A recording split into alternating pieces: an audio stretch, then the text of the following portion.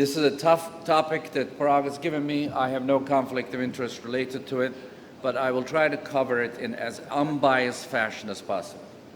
Medicine continues to evolve, and what Hemant said, evolution versus revolution.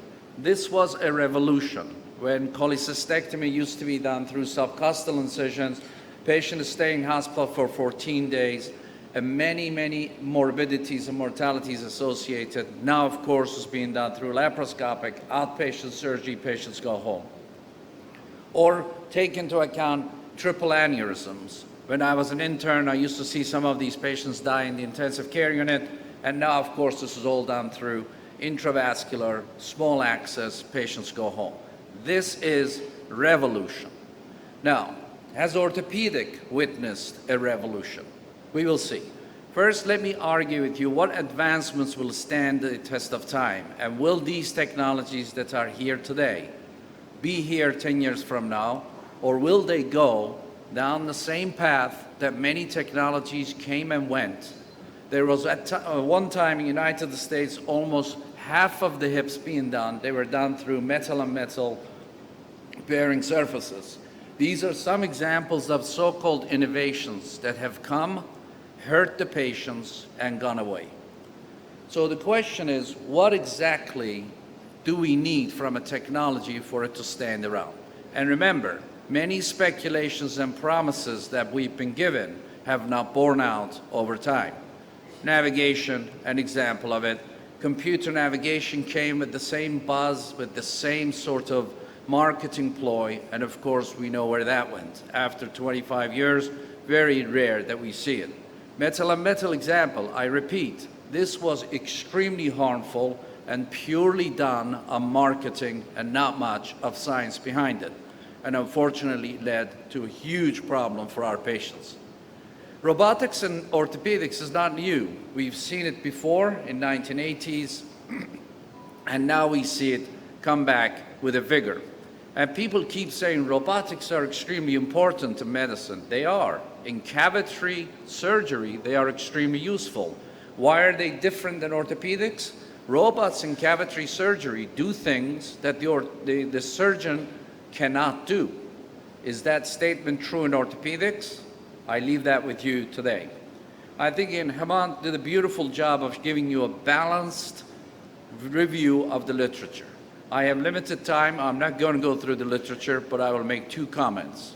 Any independent studies done, independent being the operative word, on robots show no difference in outcome, even in early stages.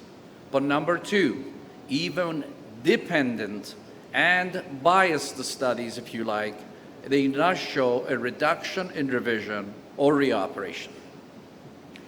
And unfortunately, registries are not seeing any difference. American registry, no difference at all. And I have Ashok and I have written an editorial, will be published hopefully soon. Australian registry is actually seeing a rise in the incidence of infection. And there are others that Hemant beautifully outlined. You need the patients to undergo CT, at least for some of the devices. Added radiation, pin tract issues are there. Neurovascular injuries, there have been some catastrophic neurovascular injuries where the entire neurovascular bundle has been cut by an active robot. These have been reported also. So the cost is not something to run away from because the healthcare is in dire trouble. So if you take the cost of actual capital acquisition of the robot, the disposable, the CT scan, added time in the operating room, etc., is not negligible. World is on a crisis mode. US in particular. We have $32 trillion of debt, and that continues to balloon out of control. And I will tell you, if you know my children, they're not going to be paying this debt in the future. So the question is, what's going to happen to the economy of the world and with these rising costs in the healthcare? Are we doing the responsible thing of adding more expenses to our portfolio? The worst thing, which I'm sure you all know in this room, physicians are the ones to bear the cost of novel technologies. This is something that all orthopedic surgeons in the US keep forgetting.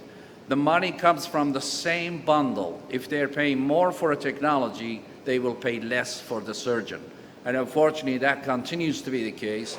The cost has been rising, except reimbursement for the surgeons. In fact, the payment for the surgeon is not even keeping up with inflation and continues to go down.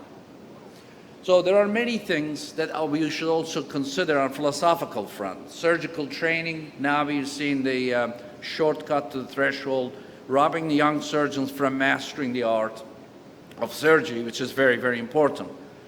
So to answer the question, will enabling technology stand the test of time? I don't know, but let me give you examples of what I know will not be replaced by robots. Athletes, poets, painters, chefs, writers, and human touch is important in those fields, and human touch is certainly very important in medicine. I can have AI make me a picture of a seahorse, but I much rather see a seahorse that's painted by an artist. And don't also forget that we do have other problems that require our attention in order to be able to solve them. Give me one technology over the last 20 years that has been introduced to solve the problem of infection. But I will give you many examples of our patients that continue to suffer. So should we not focus our energy and resources into addressing problems that exist as opposed to the perceived problems that are not being solved? So to close, I will tell you I will paraphrase Walter Isaacson's book for you, which I'm sure many of you read. A technology or an innovation will only stand the test of time. It improves on the status quo, it simplifies your life, and over the long term reduces cost.